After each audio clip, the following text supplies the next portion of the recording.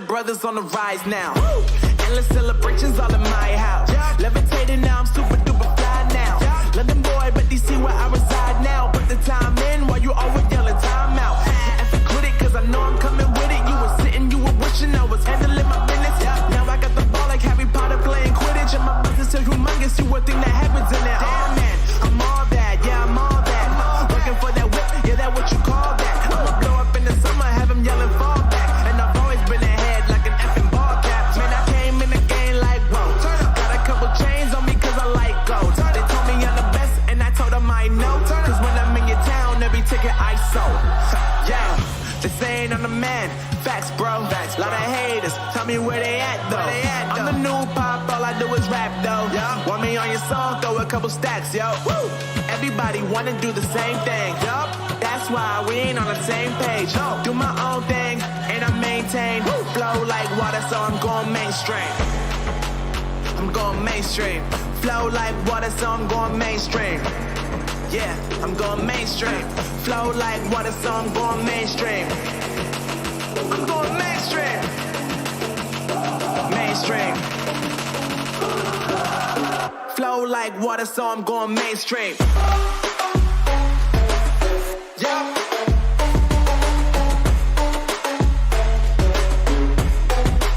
I'm going mainstream. Damn. Flow like water, so I'm going mainstream.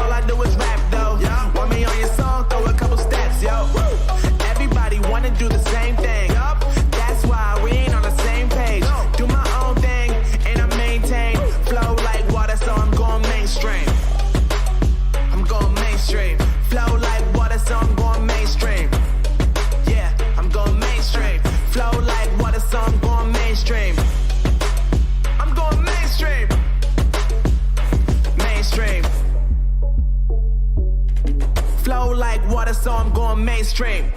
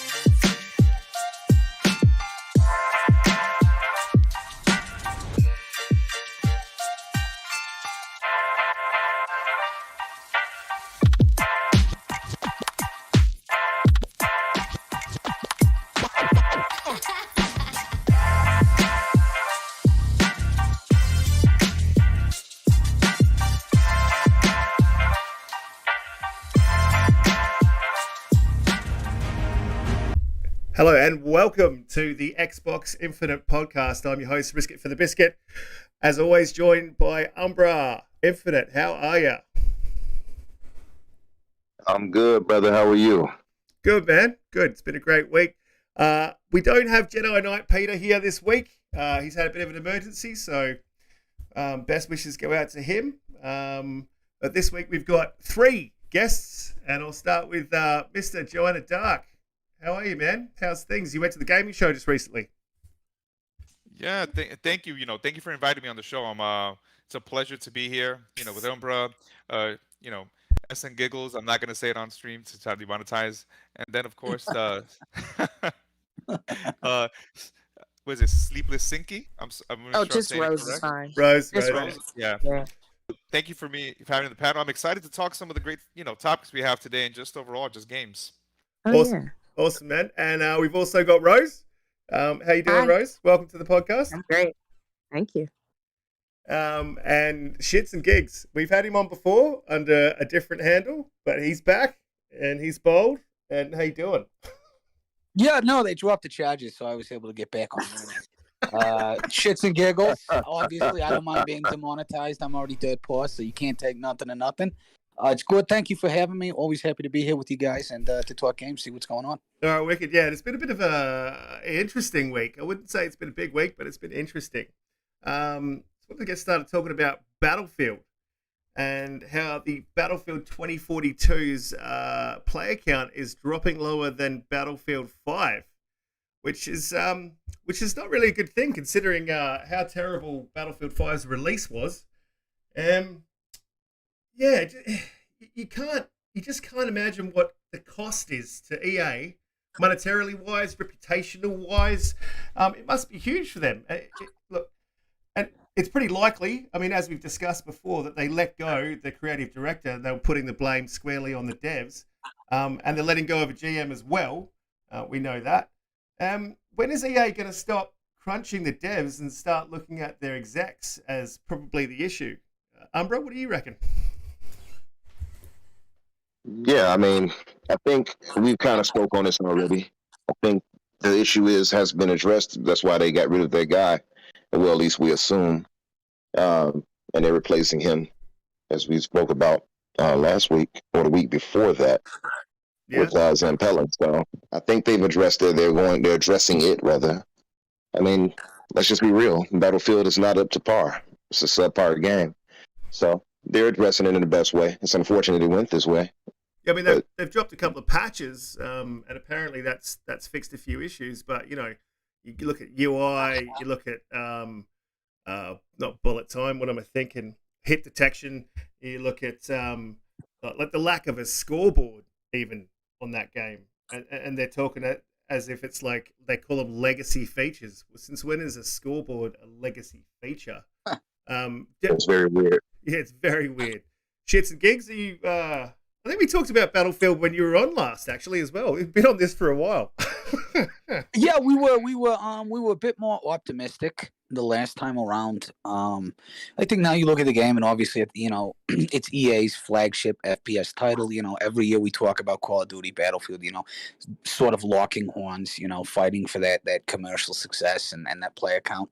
And, you know, to be perfectly honest, they really rolled a donut on this one. You know, if I could evoke my namesake, they shit the bed pretty royally. It's disappointing. I think we're all fans of Battlefield. Not every iteration is going to be as good as some of the previous ones. This one is impressively bad. Just the sheer level, I mean, if I might be simple, the sheer level of fuckery afoot.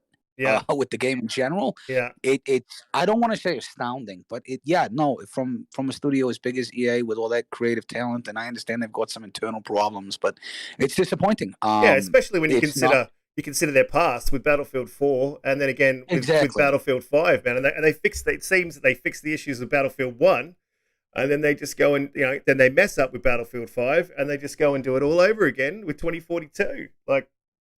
My biggest critique is Michael Kenneth Williams deserved better. You know, like he deserved better out of that game. So as a fan of his work, you know, watching that trailer, I was excited for it. I'm very disappointed with it. I'd like to be able to tell you I think it can do a full 180. I don't think it can. So, but we'll see. Games are games. You know, there's always that No Man's Sky chance of redemption. I'm hoping Battlefield gets its shot. I do not believe it will. What do you reckon, Rose? Do you reckon Battlefield will be able to pull itself back together, or? No. Short answer, no. I feel like the time has passed for them to fix these issues. You can't shit like, well, God, I can't believe I'm saying this. You can't shit the bed every time you release a game and expect it to just magically go well. No, exactly. That's well put. Well put. What about you, Joe? You've got a bit of a more measured response. I'm glad that Vincent Pella has taken over, and I hope one of the things that he brings is kind of let the the executives at EA to kind of treat their IPs with a little bit more respect. I think they have some great IPs that definitely deserve some love.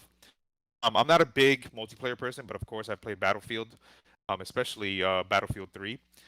And it's sad to see that a game that had potential kind of be in the state, because I know there's a lot of passionate fans. And what I was thinking is, why do you need to release in November? I get it, you want to go up against other like Call of Duty and anything that might be out that year, but why not just let your games come out when they're ready? And if they're great and they have the things that players want, they're gonna go and play these games, these multiplayer games. I mean, look at Apex Legend. They stealth dropped it. It was a great game, and people just shifted over there and are playing it. So I hope now with Vince at the helm that we see a different EA, and we kind of see that EA that is going to look at their IPs and really treat them with the love and care that we expect, because we love Mirror's Edge, we love Dead Space, Battlefield, Titanfall, so BioWare. So hopefully he's there and he rights the ship.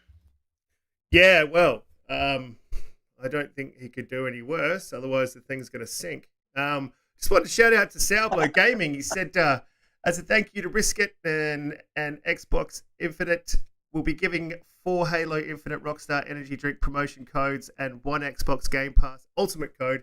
Stay tuned, everyone. Thank you, Mr. Salblo. You're a champion. Really appreciate it. Yeah, thanks, Salblo. Yeah, you're a legend. Appreciate that. One thing I want to point out too about the whole Battlefield situation. It's weird when you really think about it, how Halo was like this in this turmoil, right? It's even an article about it now, about how it's so, development hell and all these different things. And yet Halo is now my game of the year. I mean, it's legitimately great. It's not even a question. And Battlefield was hyped all the way to hell and back. And now it's basically what we thought Halo would be.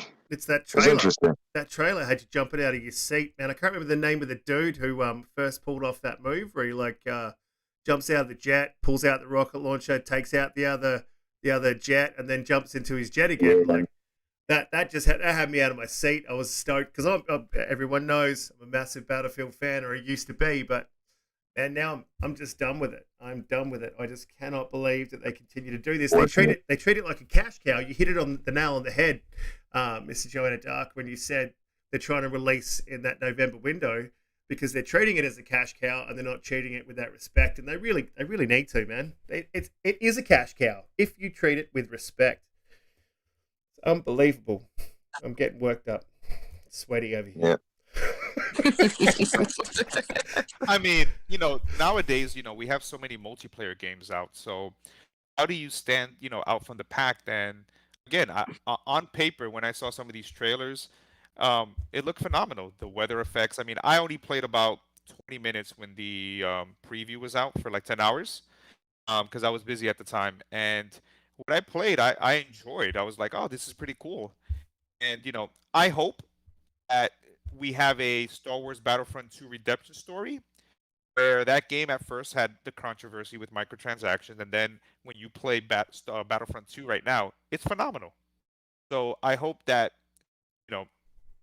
Battlefield improves so that whatever vision Vincent Pella has for that franchise, these are kind of the foundations that they can kind of work off. And then, the next time Battlefield comes out, gamers get that experience that they expect from a Battlefield game.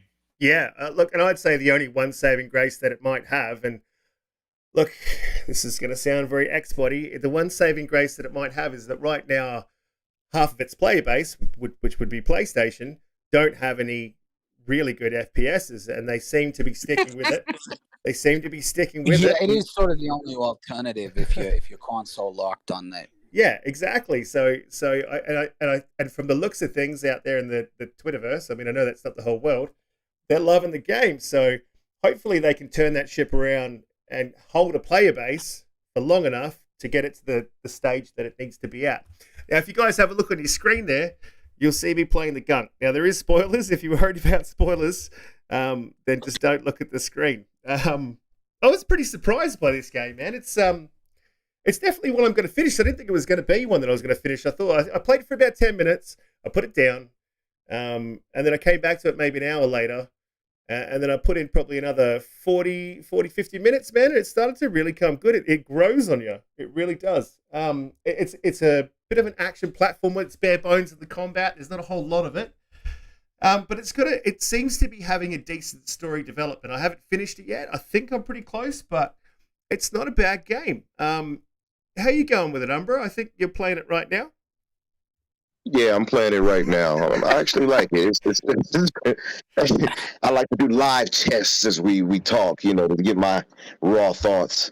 That's what I'll. So Yeah, my that's what son I'll is go with. playing it right now, and I'm watching him play it, and I think it looks amazing. I'm definitely going to play it. My boyfriend actually suggested it to me. I'm Nice. excited about this game. I played it last night for 4 hours.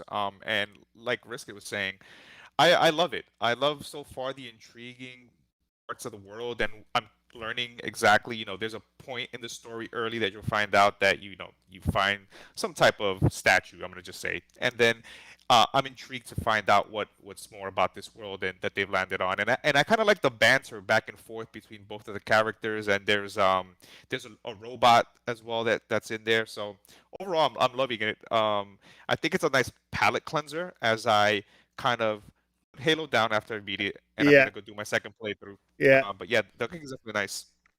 I knew you were going to say that, man. Like, it's the same thing with me. I'm like, whew, man, Halo's getting intense. I'll just switch on the Gunk for a bit. What about you? I mean, I'm gonna go back after this, but yeah. It's been so hard for me too because I've had to avoid Halo. Did anyone else start? If I can just interject, we all doing like that heroic difficulty type thing. Yeah. Oh, legendary for me. Oh, Legendary. Oh, No. Well, then no, I'm impressed because your balls drop about 4 inches lower than mine do if you're doing it on legendary, and I'll give you your accolades for that. But I beat on heroic. You beat on hero? Okay, I haven't beaten it yet because I've come up against 2 red armored hunters that, for lack of they just molest me repeatedly. So fucking hunters. So hard. And that's why I Left him. you know what you need to do? Do you know what you need to do? I'd say get the drop shield and upgrade that thing all the way to top tier, and then when you shoot through that shield with projectile bullets, it shocks whoever you're shooting, and that shield's like vital, man. It'll keep you alive. My suggestion is a little different. I say you just shoot, scream, and cry. Shoot, scream, cry, run, grapple. That's and here's the thing: having actually been in the military, that technique does work. I can definitely attest to it.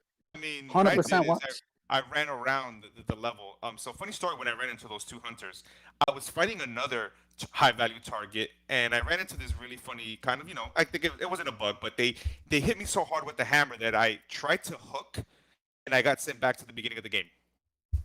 Yeah, I had my whole save file wiped. I had to start over. Wow. I'm sorry about that, but I teleported back and I ran into these 2 hunters, and literally it was like playing hide and seek with them, and I finally took them out after like maybe 20-30 minutes. Yeah, man. That game is going back to the Gunk though. Great game. And that's sort of, I apologize, I didn't mean to detract, but so it is refreshing. I played it for all of to be an expert. About 25 minutes, so I'm in King Thrash territory with in terms of my expertise there.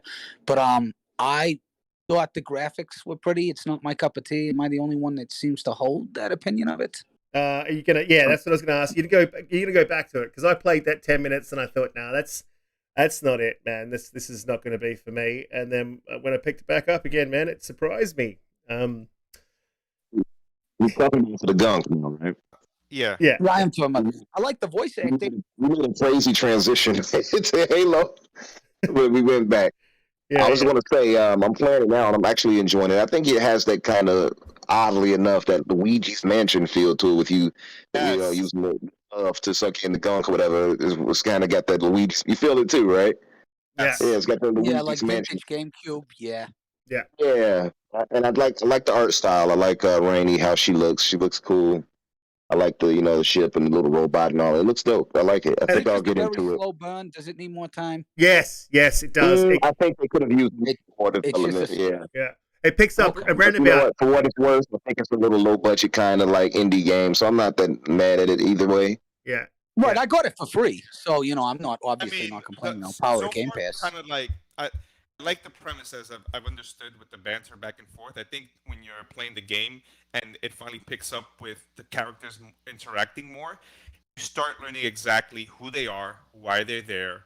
And there was one moment early in the game where it was kind of it kind of stuck with me, where I think they were talking about distinguishing what kind of a dream is versus adoption, and maybe Riska can remember where they're kind of saying, hey, well, we can dream, and she says, well, I'm worrying about other things. Well, that would be called an option then. It wouldn't be a dream, something like that. But it was really nice. Some of the dialogue. Yeah, that is pretty much exactly what they said. But it is a slow burn, and it does take.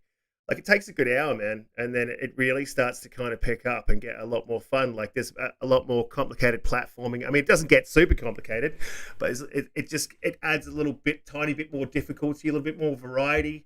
It gets prettier. Yeah, I really like this. Tibby says the scan and suck simulator. That's who was and I knew it wouldn't be long until there was memes of people running around with the Gunk head on and a vacuum cleaner, and they were on Twitter today. I was like, I knew, and Timmy was talking about it yesterday. I mean, it reminds me of No Man's Sky. If anybody has jumped into No Man's Sky, where you're kind of scanning things within the world, along with that. I love No Man's Sky for that. So yeah, so it has that. And of course, Metroid Prime, scanning stuff and trying to find out what's there. But it also Luigi's Mansion, because it feels just like literally that vacuum that she has for the Gunk. Just feels like you're taking a ghost in Luigi's Mansion. Yeah, man. It's worth a go. If you're in the chat and you haven't tried it, jump on it. It's a great little game. It's free, costs you nothing, so you may as well get into it. Now, the big news. Absolutely. My big news of the week: Splinter Cell. It's probably one of my favorite Xbox exclusives off the old OG generation, and it's getting a full remake now. Not a remaster; it's getting a full remake from the ground up. The devs are quoted as saying, "We're trying to make sure the spirit of the early games remain intact. It will be linear. It will not be open world." And these are the devs that made Far Cry 6, and I'm pretty sure that's Ubisoft Toronto. I'm pretty sure that's correct. That is correct. Toronto. Look, I'm pretty stoked. I'm really excited, but I'm a little bit nervous because the way Ubisoft's been carrying on the last year, I'm a little bit worried. How do you feel about it, Mr. Joanna Dark? You a Splinter Cell fan? I love Sam Fisher, and I remember the first time playing Splinter Cell. It was just like, oh my god, what is this? I love Metal Gear, so when I got to play Splinter Cell, it was like something to the next level to me when it comes to stealth. I'm gonna have to kind of a little bit disagree with you when it comes to that, because I was reading the interview with I think it was Mikhail Reparaz, I think his name was, and one of the things that stood out with me is that what they want to do is that he kind of gave the difference of what a remake and remaster to them, and they want to build it from the ground up to kind of modernize it, but to make sure that it's still the same Splinter Cell that you remembered. And I think it's great because at the end of the day, I've gone back to play Splinter Cell, but sometimes those mechanics, and old game design can be a little bit frustrating for newer players to come in and get into it. And from that interview, they said all the right words. And, I kind of put it this way, right? When you have not been bringing out games that people are not happy about, and you kind of want to start the bleeding, what do? You dangle the one thing that we've all been asking for, so we can kind of say, hey, let me give you a peace offering. I'm interested to see how Snowdrop translates with Splinter Cell, because mostly the games that we've seen with Snowdrop have been like The Division and like these open world games. But I'm excited, to kind of on those goggles, and if I can get a reimagining of Sam Fisher in the original game and just get these modern kind of mechanics, and now with the lighting is gonna look phenomenal. I just right now I'm hyped, as you can see, as I sound right now just talking about Splinter Cell.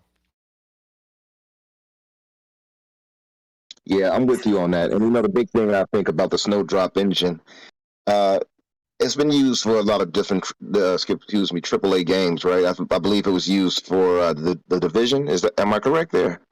Yeah, the Division uses Snowdrop, correct.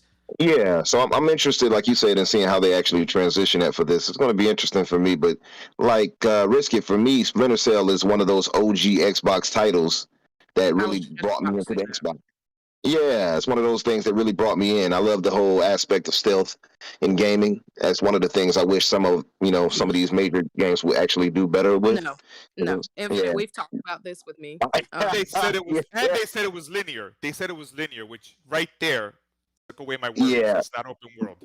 Right, Rose it's is going to not- be narrative focused. Rose is not Do you have not a any, person fan of stealth too much. Rose, you want to elaborate for everybody so they So, understand? Rose is bad at stealth. And everybody in the comments, whoever's watching, if you know me, you know no matter what, if they're saying, okay, you need to be silent, you need to do this, scan the environment, I'm going in hot every single damn time. And I'm not the person you want on your team if stealth is objective. Everybody knows that. So adding more stealth elements is just going to make me back away. Rose wants to be a merc. Like, I played a lot of Blacklist when it first came out. I was a lot younger, and oh my god, I was terrible at that game. Did I love it? Yes. Was I terrible at it? Yes. Two things can be simultaneously true. Yeah. Well, Splinter Cell is always that tactical stealth action. You think of like Splinter Cell, old SOCOM, if any of you guys remember that on the PS2. Oh, yeah. Mhm. Definitely. SOCOM, and there's a bunch of those. I think, and I got to wholeheartedly agree. I was very pleased when I heard it was going to be linear, because for me that suggested that the gameplay will not detract from the narrative, the sort of the genesis of fan fiction. And I think that's what made it so great. So I I'm have a question. hoping. Sure. Do you think that Michael Ironside should return, or because this is Absolutely. being, or since this is going to be made for a new generation, while also catering to the old, because he's not going to live forever. Should Right. they bring him back for this one, or should they not, to kind of pave Well, the way if this one's We successful? we Well, weren't even sure. I We guess weren't it even sure he depends. was alive. Like 20 minutes ago. I was. I'm very up to date on my dead celebrities. But I He's want alive. Michael Ironside. well, right, Yeah. because most of us, I think that's a valid point. Most of us are now, if we played that as children, right, or young, teenagers, I would imagine most of us are either 30 or sort of approaching that demographic. That sound about right? Yeah. So as great as it would, so as great as that would be for us to, to be able to, call up, all those great experiences and the nostalgia.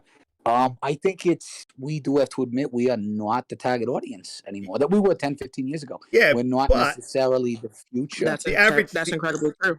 The average age of a gamer is 34 years old. So are we not? Right.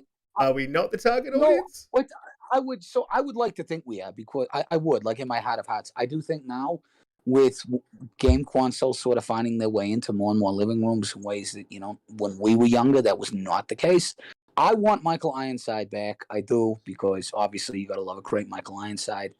Would I be angry if we didn't get him? I'd be disappointed. I think anger is a strong word. But I would not be surprised if they do not bring him back, I guess is what I would say, for exactly what Joe was saying. I think perhaps they are trying to reboot this franchise and to take it in another direction. And that's fine. There's some creative license, to be discussed there. But I could see it going either way. I'd like Michael Ironside back. I would be disappointed if he doesn't, but I could understand perhaps why. I can understand it too. I agree with you there. I can understand it. Keith Sutherland. Do you know who could do the I voice? can understand that too, but I absolutely would not want him to go on. Does it? I'm okay. Do you know who could do that voice? Umbra. Umbra would nail that.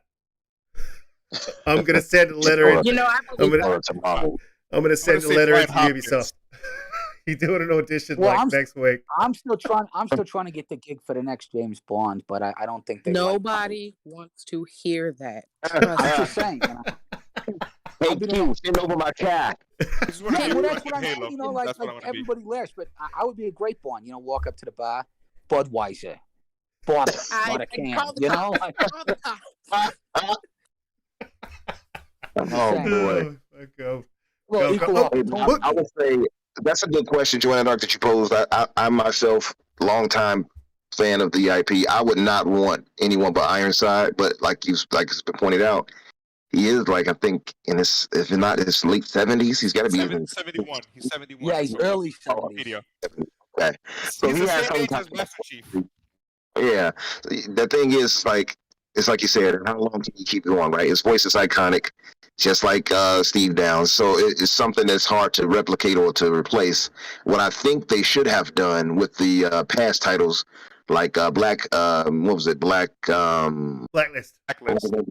Blacklist, exactly. They should have actually just had him be the person at third echelon, like the guy before him, Lambert, and actually had a new recruit under him go in with a good voice actor. That'd be a cool way to do it. Yeah, I'm look, curious, are we at least getting Lambert? We got to get Lambert. I've heard. They could He's probably Can definitely reimagine dead. part Is he? Is he dead? We can, we can Oh use my God. Rose. We can use shirt for Lambert's voice. Oh my All God. state man. Don't Yeah. listen to me. Don't Oh, put yeah, Jerk I in can any see voice that. acting roles. Can you imagine Jerk and Shits and Giggles here in a game together? Turn it off. Turn it off. He'd be like, "Hello, I need to See you delete later. this." Straight to Game Pass. Straight to Game Are Pass. you kidding me? It'll go to Stadia. It'll go to Stadia. Straight. No, you kidding me? What's the other I one? would be great Amazon's to get- got that terrible one. That's Luna. yeah, straight to Luna. Luna, yeah. That's- Look, I don't know if this is true or not, but I heard, and I couldn't find confirmation, but I heard that they're doing all three. So, I think it was Sourblow was saying Pandora tomorrow, and I'm like you, Umbra, I'm Chaos Theory. Yeah, steal all the way. Yeah, but I heard they're doing all three. They're doing first, second, and That would be third awesome. as a remake. That's what I heard. I don't know if that's 110% true. But that would be the way to reboot it and then move on into something new after that. Maybe we can re-get the original Assassin's Creed to like we used to like them. I like Assassin's Creed still. I'm sorry. I like Origins and a little bit I of mean, Odyssey. enjoy your stealth stimulator. But I think that Assassin's Creed back in the day, I liked the story beats and I liked the way it was. I didn't think it needed to change. It just maybe kind of like stop releasing them so back to back. I like what Yeah. they've done. I like what they've I done. do too. I'm with you. And I I can't do. I can't wait for the NFTs to come in and for them to go live service. It's going to be great. Oh, Yeah. no. Are we ever going to explain that so that people know what NFTs are? Because I've heard, so it's like a Blockbuster card, and I just No, I Not for me. NFT, like a crypto, for all these people listening that probably are not familiar with, the sort of the economic reality of an NFT. It's not a cryptocurrency, but a cryptocurrency would sort of be an example of it. So in theory, what you could do, you is just lost could- 50% of these people. right? But no, it's a form of money that intrinsically has no store of value, but value is arbitrarily given to it, and therein we find an inherent value in it. Yeah. So So it's if you have- basically a Pokemon card. digital property. So it's Yeah, they call them it's like having a Oh. gift card. they call them It's very non-fungible tokens, right? So Yeah. Oh, okay. we- So it's like Chuck E. Cheese tokens. yeah, sort of. Yeah. So like you would buy a helmet, Yeah. right? You would buy a helmet, and then apparently that helmet could not be reproduced. There's only however many of those helmets there are, and then they cannot be reproduced. And then you own that, and then you should somehow be able to store that. The problem with that is in games with NFTs. When you look at games like Destiny, where they vault whole DLCs and Content, things like yeah. that, do you really own it? And how are you going to be able to pull that? Are you going to have like an NFT wallet? Like to me, it's yeah. So I mean, this obviously takes us on to Stalker 2, man. Where everyone kicked up about this. They were talking about having NFTs for cosmetics. Yeah, and Metahuman. yeah. And I love this community, man. We all just jumped up out of our chairs and slapped the shit out of Stalker 2, and the next day they pulled that shit straight back. So yeah, look, I don't know. Look, maybe we're all just old. And we're worried about the future, but I just don't. I can't see NFTs going anywhere good. And I mean, think about it. Like, They won't. yeah, it's a digital property though. Like, if you make a helmet, right? I guarantee there's like at least 100,000 guys in the world that can copy that helmet. So you don't really own it, man. Someone could make I mean, that. it sounds like a timeshare. And if we've learned anything from Golden Girls and, all the old sitcoms, do we really need a timeshare in digital form? Oh, that's the first time I felt young. Oh my God, you brought up Golden Girls. Thank God, I I love just go to Golden clubs. Girls. It's a great show. That is the best way. Betty White is 100 years old today. That is the Yeah. best way I've ever heard an NFT like referred to. That is absolute gold. I mean, I'm going to keep finding ways to compare it to different things because I find it utterly ridiculous. There's no I need to enjoyed create it.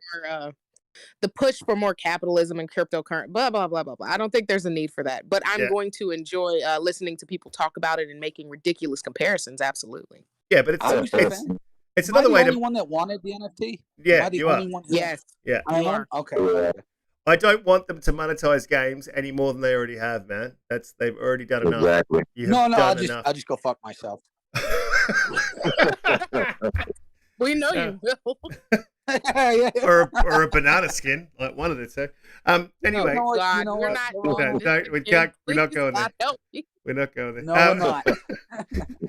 um, I still got second-degree burns. um, speaking of monetizing and things that scare me, Tencent just acquired Turtle Rock Studios. Well, they acquired the parent company. I can't remember the name of the parent company is. Yeah. Those So how do we feel about that? not good. Those guys made. I'm horrified. Well, they made Back for Blood and they made Evolve, so they're two pretty decent games. They also made Left Dead, and the apparently okay. So here's what might put your mind at ease, but we know how this goes. The co-founders of the studio are still going to be running the studio and heading it up in every way. But I don't like Tencent acquiring anything. They are under they're under a government that is extremely restrictive, and that could flow into their studios. And I don't think that that's a great thing. That might be slight bit of paranoia. Why don't you think it's a good idea, Rose? So personally, I just I might be on the fence. I'm a little leery about it, and I don't quite understand it. So if I could get like a fleshed out idea of why this even happened, I could understand it better. Because the way I see it, these studios are being bought like left and right. Yeah, by Tencent. Yeah, they're buying up small parts of companies all over the world, and there hasn't been any. There has been a small amount of negative effect with World of Warcraft, but we won't go into that because that was years ago. But we haven't really seen a huge negative effect, but the potential for a negative effect is there. It's massive. Well, I mean, how much individualism is going to be left when it comes to developing and making games? Well, when your That's a good company point, too. belongs to the Chinese Communist Party, there's no sense of individualism whatsoever. Let's not go too far with it. But you know, the other thing is that what I'm saying is I know what Tencent you're saying. It is. I got you, brother. I was just saying though, also with Tencent, the problem is also is it's way deeper than that. Like for one, they have their hands in every pot. It seems like, right? If you don't know that they partially own a lot of different companies and major ones at that. I'm talking about Tesla, Reddit, Spotify, all these different spots they're in. Yeah. TikTok. Absolutely. So here's a few things. I'll just throw this out there. Tencent has been investigated for its data security standards. They've had issues with copying games, legal battles with developers copying Tencent properties. Exactly. They reskinned games. They were a pioneer in microtransactions. They have lazy licensing. They have highly competitive knockoffs. So Apple themselves provided user data to Tencent, if you all didn't know. They have developer patent infringement. They have online censorship, which we can go back to with you in the mention of China. So I was just saying it all around to come back around to that. They have a rocky relationship with the Chinese government as well. It's very troublesome if you really look at it. See, I don't think it's if you look at Tencent as a company, that company, and it's very often you'll find this, whether it's Tencent, Xiaomi, Huawei, right? It doesn't matter. For these companies to be able to list themselves and to operate within the People's Republic of China, the governing CCCP obviously has to have has to have oversight. There's no such thing as a real. Let's not get too deep into that. No, it unnerves me because I look at a great game company, at least ostensibly like Turtle Rock. I guess in summation, my fears are, and they're being sort of assumed, whether whatever your ideological bend is, they're being subsumed by what and I think a lot of other people would consider to be a very shady organization for a number of reasons. Well, yeah. And to be able to use that and to go into to people's living rooms on the computers, the consoles, and to in theory be able to affect the party line. Yeah, it unnerves me. It's like inviting Big Brother into your living room. Yeah, it's not cool. Joe, do you have any fears of Tencent? Do you worry about Tencent hiding under your bed at night? I sleep just fine. I guess what I want to say, because I don't want to just talk and not really be as informed and educated. But I was looking at some of the studios that they purchased. I guess they have League of Legends, which is huge, right? They have stakes in DayZ, Developer, Yooka-Laylee, Dotnod, Alan Wake, Remedy, Activision, and maybe no, Tencent. Yeah, Tencent. Activision as well. I think they've got stakes in Activision. Or am I wrong? And I think so. Yes, they do. They do. Yeah. I have to double check on that, but I think they do. But I think if you look at different parts of the world and the way different type of genres or people consume games, we have a market that, in the West where they're they're all about mobile, right? So yes, when you look at a company like Tencent and some of the developers, they have experience in multiplayer or games that can be service based that maybe they can churn out and make something similar for those markets that may not want what we like over here, which are these huge AAA blockbuster single player experiences or, multiplayer games that we just pay once and then we kind of, choose to consume. And then in order to maybe dip their toes and kind of have a variety, they'll go to places like, Remedy that gives you Control or gives you Alan Wake, and they satisfy that part of their business where people are engaging just in that part of single player. So again, it reminds me of the whole thing with Koch Media that they buy all these IPs and they own all these and they say they have like 100 games in development and nobody knows why they're buying like Carmageddon or all these different type of developers. Yeah, and it kind of that there seems to be no sense, reason, or rhyme why they pick a particular studio. It seems like they just want to have a finger in every pie, which is also Well, it sounds like monopolization, and that Yeah. doesn't sound like it's going to be good for game development in general. It seems like we're entering into a phase of development hell that might produce some amazing games, but the developers themselves are going to be in hell. Oh yeah, absolutely. Absolutely. I'm just chucking a poll out there for everyone. Are you concerned about Tencent? We'll move on though. We'll go back to Halo, as we always do. Of course we do. If we're back to Halo, I'm here. The progression system. absolutely. It's seen another update. Look, I've been pretty tough on 343, especially Bonnie Ross, and I probably will continue to be. But I think they're starting to get to a place that I personally am a lot happier with. I still think it needs a ground up build, but I feel like what they've done with their achievements, it's not such a grind. Not the achievements, sorry, the progression system. It's not such a grind. And at the moment, I'm pretty time poor, so I dip in and out as much as I can. And plus, I'm playing the campaign, so I'm still able to progress. Whereas originally, when they had the old system, there was no way you were progressing if you were dipping in and out, playing a couple of games a day. So look, I'm a lot happier. And look, apparently 343 jumped out there and apologized about it. Umbra, you saw something about that today? Yeah, the head of multiplayer, I forget his name right now. He spoke about it, and to 343's credit, they've been incredibly transparent. And we've all spoke about this.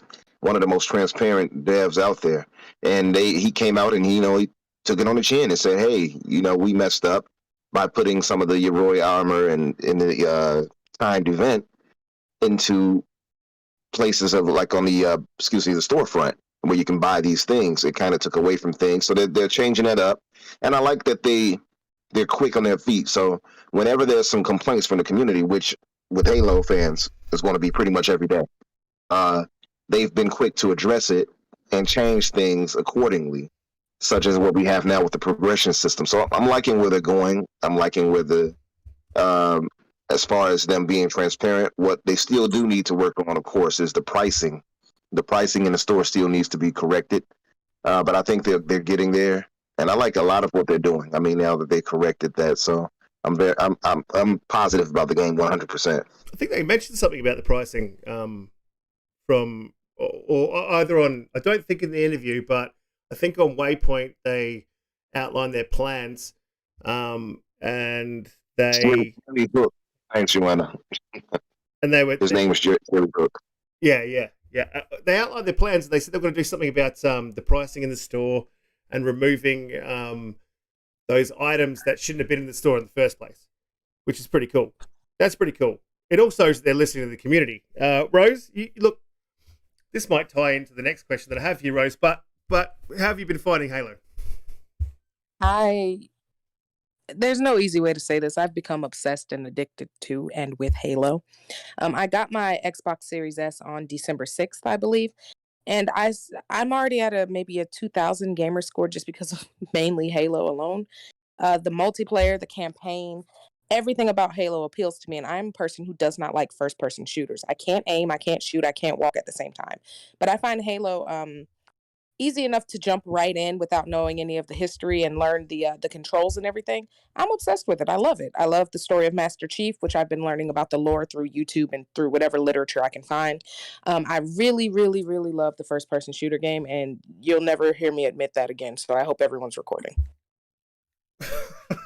This is recorded live. Yeah, that's beautiful because it's all recorded. But that's beautiful right there. I'm happy to see this growth right here with Rose. It's like, and it really is growth, Infinite. You're right. It is. It's great. And what's funny is I mentioned this in the space with you when we were talking that Rose, she has a very specific likes and things like that. But she's growing when it comes to that. I think Game Pass has helped in that way. But also with Halo being the thing that kind of brought her into first person shooters, Halo CE was the thing that brought me into first person shooters. So look at that. Yeah, it was up there. That synchronicity. That I love it. I'm so happy to have you on this side of things, Rose. It's beautiful. I mean, I feel like I'm a part of a cult because even with women that are in, joining the Xbox community already there, I'm like, hey, do you play Halo? I feel like a dirty person in an alley with a trench coat on, like offering Halo to everyone in Game Pass. It feels like a cult. I'm like, hey, do you play Halo? Do you need help? You want to go 1v1? Hey, Rose, do you wear a trench coat and have like Game Pass cards in your trench coat? Absolutely. So I'm like a Jehovah's Witness. Hey, have you heard about our Lord and Savior Game Pass? For $1, you can get 3 months and we can play together. She's just out behind the dumpster 3 months for $1. Exactly. And I mean, if you come into space with me, I'll pause everyone, mute everyone and say, hey, has everyone signed up for Game Pass? And people, people laugh, and I'm serious. Get in here, man. Get into the community. Oh, I don't know why you wouldn't. I don't know why you wouldn't. But look, here's the story for you. I and I'll freely admit this, until I met JediKnightPete, who is one of the hosts. He's not here. He's in the chat now. I wasn't a massive Halo fan, and Pete dragged me kicking and screaming through the and a little bit to do with Umbra as well. Talking to Umbra in Spaces, dragged me kicking and screaming through the MCC, man, through the entire MCC. I had played Halo CE. I had played that, but I'd never played 2, 3, Reach, and all the other ones. And honestly, it's one of the best franchises ever made on the planet, and they have just treated it with absolute care with Halo Infinite. It is one of the best games, like, ever. One of the best games in the series. I can seriously go on and on about it for a while. I'm a huge God of War fan, and I've unplugged my PlayStation to plug in my Xbox, and I'm on Halo damn near daily. I'm sending out tweets like I'm addicted to drugs or something. Like, hey, does anyone want to play multiplayer tonight? Is anyone going to be on? Like, it's gotten ridiculous. And I spent a day. I went to see Spider-Man yesterday, and I didn't hop on Halo, and I couldn't figure out what felt so weird, why I felt so off balance, and I realized it's because I didn't play Halo. We need an intervention then, an intervention episode. Hey, Rose, just so you know as well, my top game of all time. Can you guess what it is? I hope it's God of War. Paw Patrol. It's God of War. I'm an Xbox guy, but my game of all time, God of War. Yeah. I mean, I thought it was going to be Returnal, but that's just me. I'm looking forward to discussing how Ragnarok is in development hell right now. Oh, is it? Oh, it definitely is. I've got a friend who works for the studio, and just listening to him talk about it, I mean, they're already like a year behind, I believe. Oh, really? Oh, wow. It's news to me. I want to see what the game's going to look like and what kind of news that's going to come along with it once it finally releases. Yeah, because it's not Corey Barlog. That's is Barlog? No, Balrog. the other guy, yeah. No, he's not direct. He left. Yeah. He came on stage and he announced the person that's actually overseeing the project, because years they're saying that Corey Barlog is working on some type of other project for Sony, so something new. Space, I believe, a space game at that. Yeah, Dead Space. Well, Rose, that's pretty interesting. So if they're a year behind already, and they've already announced that delay, and they're still in development hell, that's pretty tough, especially considering that they're reusing assets. Now, don't get me wrong, when I say reusing assets, of course they're going to be reusing assets. You would. You're not making a totally different game, but you would think that would make it easier, right? Well, I think we're going to see some significant changes with Ragnarok. We may have the same character development and design for a few characters, as well as maybe like settings in different realms, but it's going to be a very large and very different game. So everything that needs to be developed as far as voice actors, new characters being rendered, things like that, it's going to take a long time. I get that, but being a year behind, that was news to me. Like, right. I never would have guessed that. Yeah, right. Definitely. They've does honestly shock me. They've already pumped out one delay, so that delay pushed them back to. They were supposed to release mid 2020, was it? Or was it late We 2020? expected it maybe around it was July, like- August. Yeah, We knew that was a lie. Summer. yeah. So if Yeah, they're that was only, a lie. if they're, Immediately, we knew that was a lie. I mean, look at it. That such a major game like that, no way in the world would they have a quick turnaround that fast. Well, in my opinion, it's a little poetic. I think when we're going to get it, and people think I'm wrong about this, and that's okay, just based on 2023. opinions. I think we're going to get it toward the beginning of fall for 2022. And I find that interesting because Ragnarok in Norse mythology is a 3-year event. At the end of Fable, which lasts for 3 years, Ragnarok begins. So I find if they can work that into that there somewhere, as far as the release, they're doing a good job then.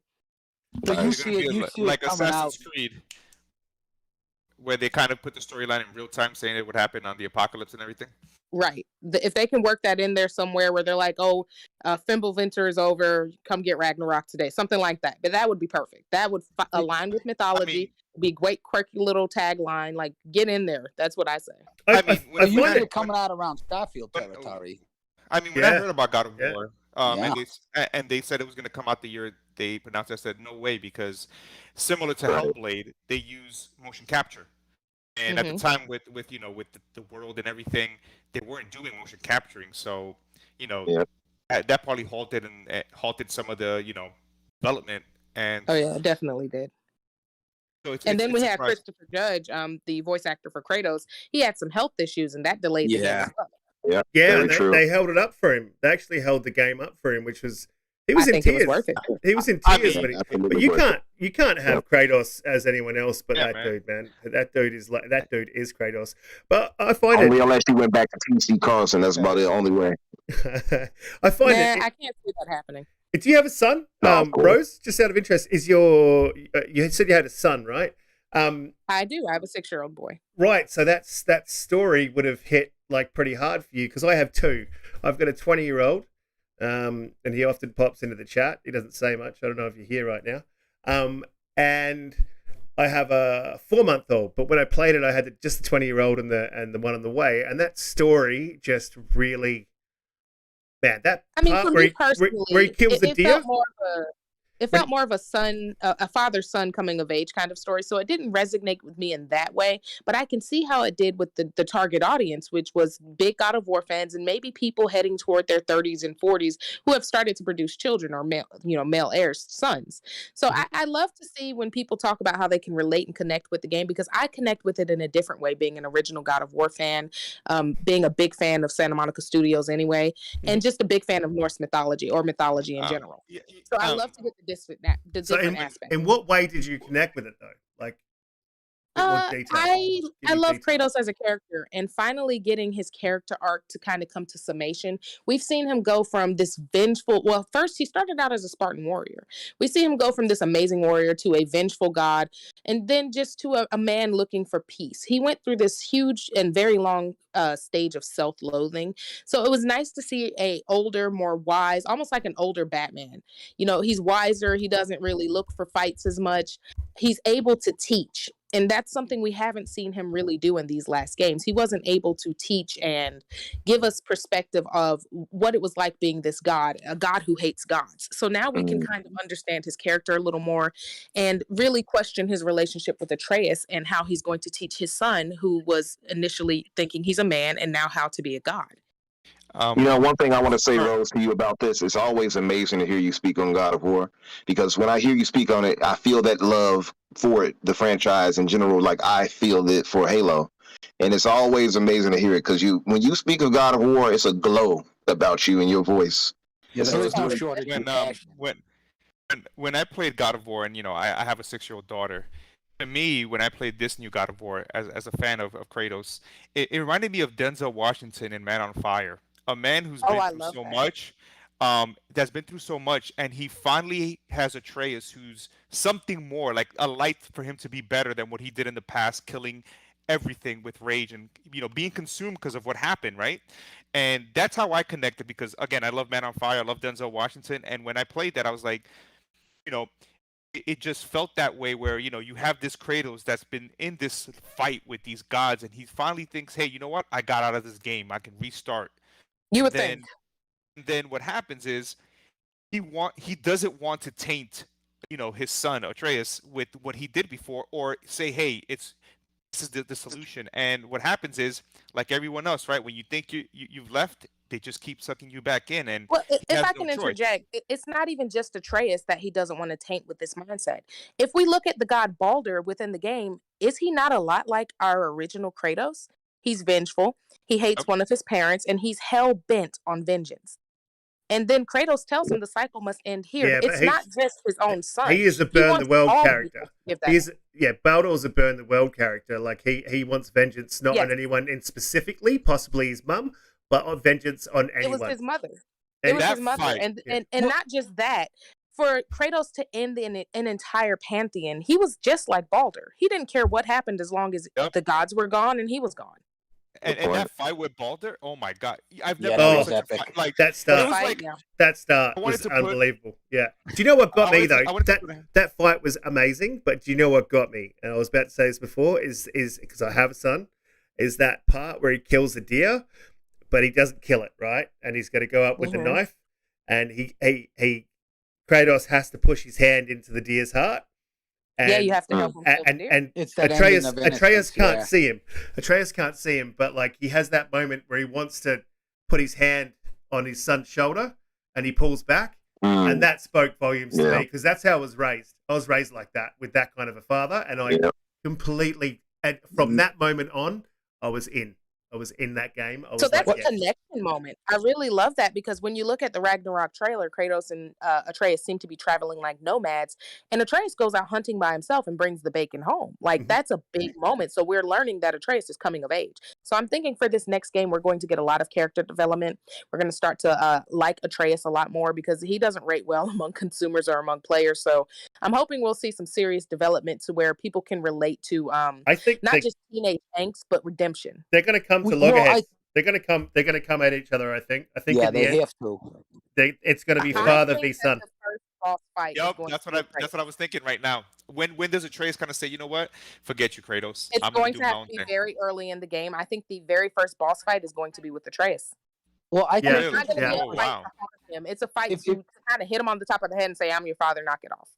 Well, if you look at God of War as a franchise, not to interject, it's interesting because a lot of people forget that the nexus of God of War was him being so furious because he'd already lost a wife and daughter. You know, a lot of Exactly. people forget that.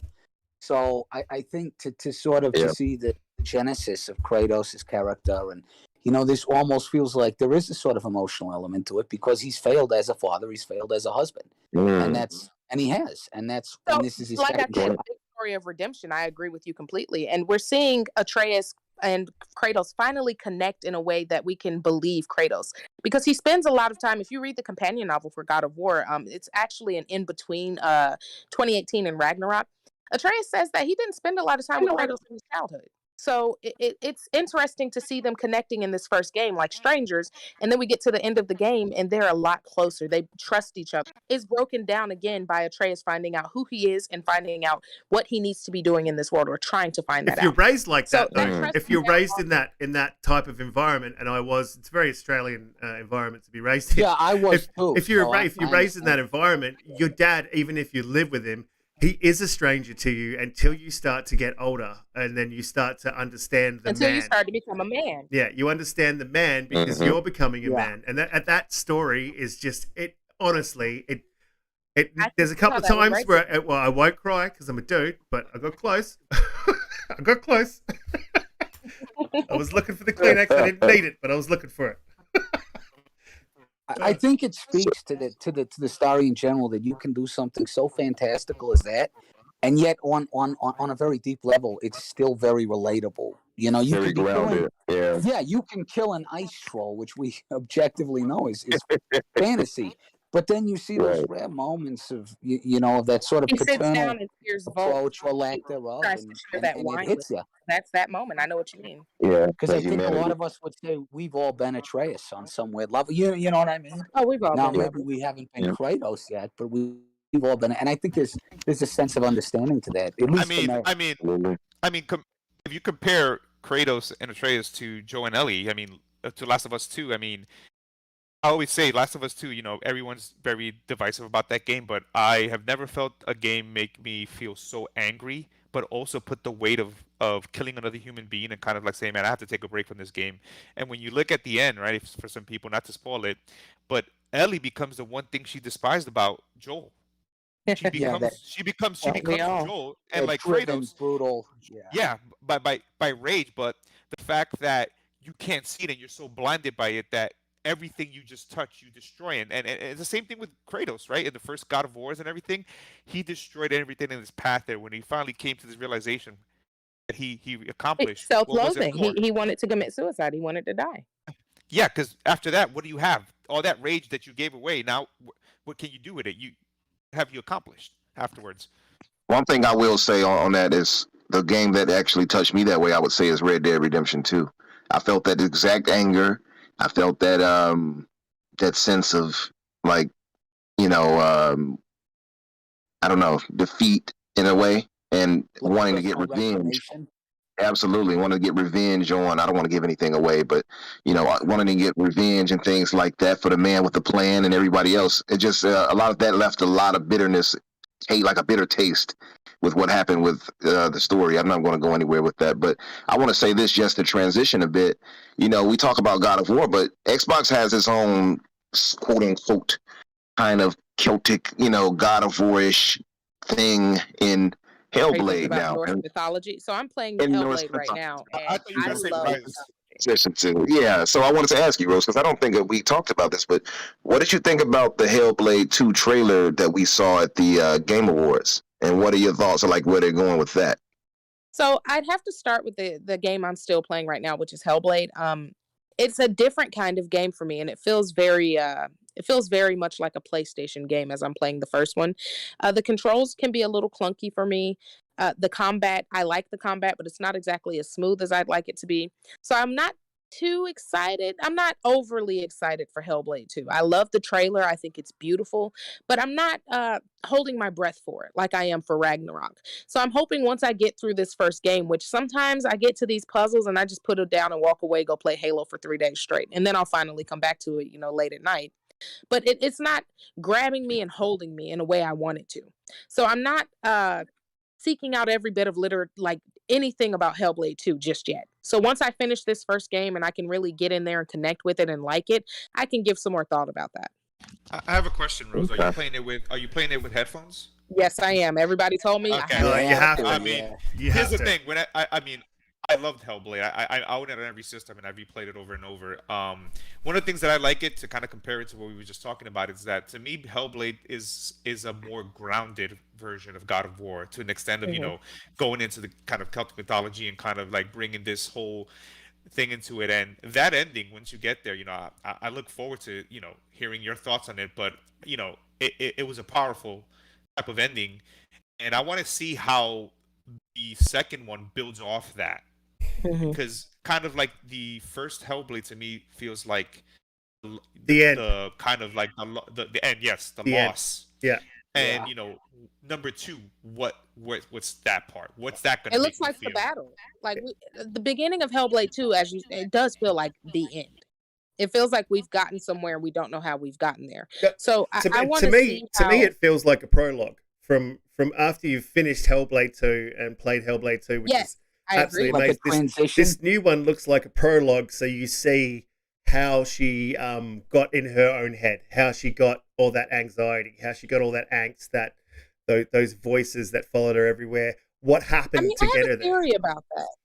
Yeah. So there's actually a plant that some of the Viking berserkers used to take. It's called Hellbane, and henbane. I'm sorry, and it would put them into this psychosis that would enable them to just kill mercilessly. And I theorized that maybe she took something like that to give her a little courage to go on this journey that we see her on in Hellblade. So For you're the saying original one, you're saying she's on a I bad think trip. the psychosis might be induced. Yes, I agree. Yes, that's exactly Well, what I think. I think the great strength of Hellblade is it's one of those games where it managed to touch a topic that is so socially conscious, and we do it. And if you boot up the game, the first thing it tells you is it talks about mental illness and It gives you a certain disclaimer. Yeah. maladies. It does, and I think that the ability for a video game to sort of to almost anthropomorphize something that a lot of us are not familiar with. It's not something I struggle with, I found it to be both socially conscious and engaging. I'm not a big fan of people putting ideologies into games and whatnot, but I thought that this was just something that I thought for gamers and people was just so universally beneficial. And it was done, and it was done well. And tastefully. it was done Very perfectly. tastefully. Yeah. Right. And look, even if you haven't struggled with it, you know someone who has. Well, exactly, and it raises awareness, and I mean, because I have, guys that I worked with that kind of deal with stuff like that after, a couple of years doing stuff, and I talked to one of them maybe 6 weeks ago, and he'd never played Hellblade, and I told him, and I'm one of like 3 or 4 people that knows he kind of has these issues, and I think it was about 10 days ago he told me that it's not exactly what he experiences, but he told me it's not terribly far off. And he didn't feel offended by it. He thought it. So I'm not going to sit here and proselytize because these are not things that I suffer from. But I think it was great. I think when you can use a video game to humanize and to personalize, perhaps an entire strata of society that is otherwise stigmatized or that you know nothing about, and you do it I think it was fantastic. I think Hellblade as a game, I think it's just been beneficial for everybody that's ever picked up that controller, whether they know it or not. Absolutely. Well said, man. Look, hey, a question. We had a question in the comments. Yes. Palpatine asked, Rose, have you ever played a Plague's Tale? I actually have that on my list now, and I jumped in there for just a few minutes the other day. But as I said, I get back to Halo very often, so it's on my list. Listen, I'll tell you, Palpatine. Maternal instincts. I'll tell you, Palpatine. I couldn't do it. I tried it, and I think I got ripped on the last show for not playing. I think it was the last show. Plague sounds great, man. Are you serious? Yeah, I haven't played it. I played it. I played it for about, I think it's about half an hour. I usually give games about an hour, and then if I'm not feeling it, I put it down. And it was one of those games that I put down. I could see that it was going to be like, but I wanted combat. I wanted to kill something, and I couldn't kill anything. Well, it's more of it's Okay, a so you're a period lot like- piece. It's Question: Have you ever played Vampire? Oh, that was great. Nah. Yes, Vampire was amazing. I liked it more than Bloodborne. I took heat for that. Well, 2 different games though. I think that I thought they were similar enough to make the comparison. So, to me, the way Vampire is basically Mass Effect with vampires. And it was great. I get it where you compare it because they were Mr. Joanna Dark. I also have not played Mass Effect. Okay. Whoa! You've never played Mass Effect?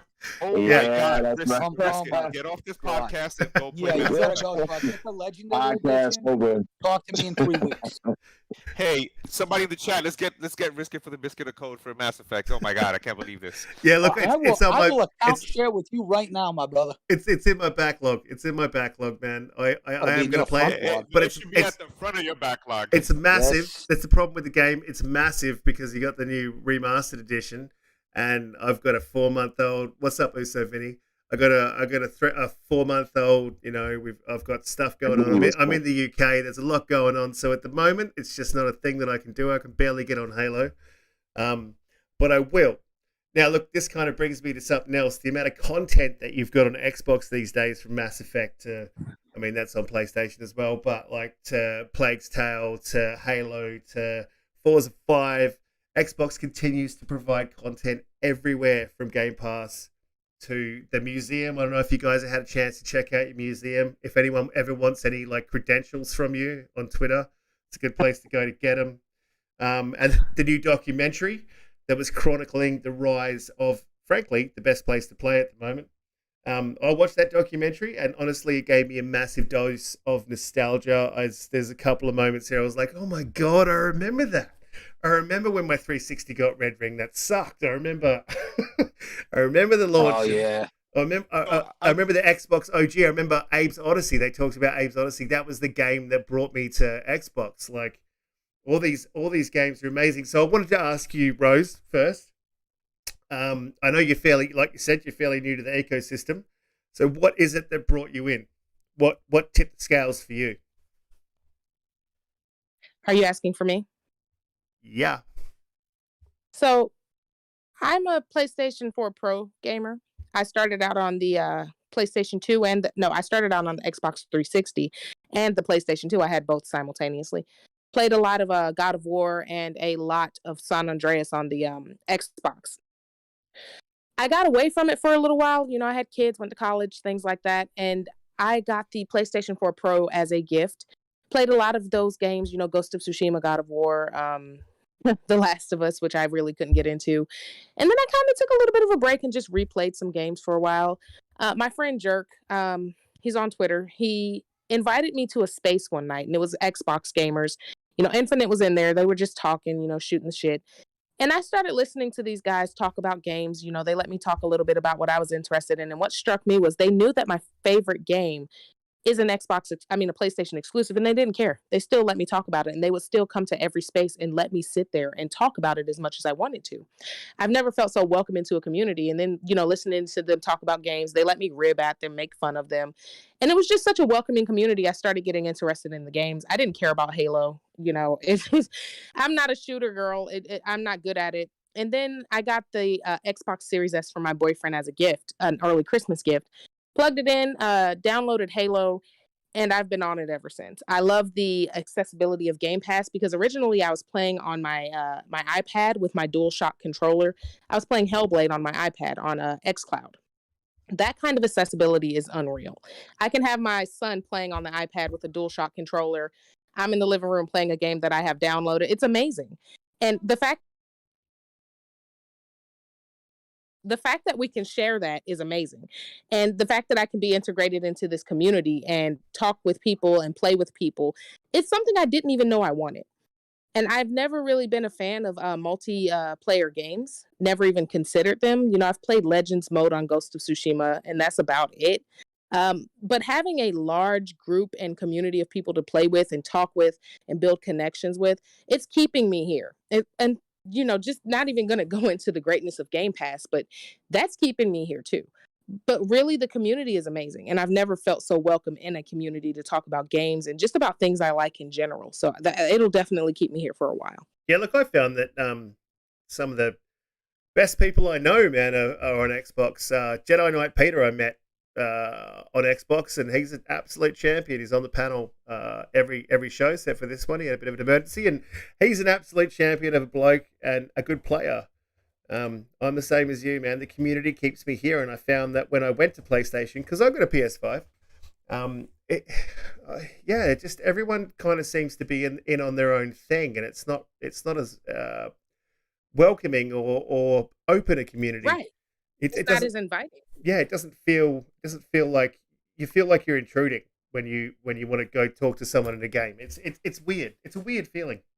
Now that documentary was out of control. Like I sat down and watched I think it was like 4 hours, 5 hours. I sat down and watched the whole thing. Now, Joe, you work 4 hours, I believe. You work for Xbox, and you were working for Microsoft at the time when they released the Xbox One. And you did a couple of game shows. What was your experience like with that release? I mean, no, I started with the Xbox, you know, with your OG Xbox, and it was at GameStop. I used to work at GameStop as a manager, and I remember getting the kiosk in and saying, you know, what is this? And when I went on break, I literally spent the hour playing Halo, and the next day I came in and I literally traded my N64, and I was like, nope, all I want to play is Halo. I kind of felt like what Rose was saying. I felt like I was a drug addict. All I wanted to do was play Halo. Fast forward to the Xbox One. I mean, the Xbox in general, I've always loved the ecosystem because Halo was the main thing, but I also love the experiences that I as a kind of at the time casual PC player, they had some of those titles that enticed me, that the PC market had at the time. But then fast forward to the Xbox One, you know, I was excited. You know, 360 was a success, and when they opened the show with Metal Gear Solid 5, I was like, okay, this is a wrap. We mean business here. We got Kojima on stage. Let's go. And then when I started to watch the presentation and TV, all I heard was like TV. TV and this, and TV. and I was like, yep, exactly. And I was like, what? And it was funny because, yes, I work for Microsoft, and I'm an advocate for things, but as a gamer and a consumer, I also, I can be very transparent when I think there needs to be things that are better for gamers, in general. And I looked at my colleague who was like, "Oh man, I'm excited." I said, "Hey, did you watch the same conference I did? Because I felt like I just basically got drop kicked." Right in the And guts. I was like, I Right was like, in the guts. Yeah. exactly. And then, I love E3 watching. I go that night and I watch the Sony conference. And on top of that, I think Sony at the time, they were also giving out tickets to go see it down in Times Square at their Sony theater. So I got a ticket because, I signed up for it. I said, hey, let me go. I love games. And when I looked at that, it was like literally watching a grown-ass man taking candy from a baby. And Yeah. I just kept on looking at it. It was just like, it was just punch after punch. And I was like, wow. As someone who worked for Microsoft but most importantly, as a gamer and someone who loves the Xbox platform, I was like, oh, man, this is rough. It was Just devastation. a raw sense of disappointment. And it was because I also saw the greatness of the titles. Come on, we had Dead Rising 3, we had Rise Son of Rome. We had some great titles, but it was overshadowed, which I think, with the overall messaging. And I think that's important. I work in support and I've worked in IT.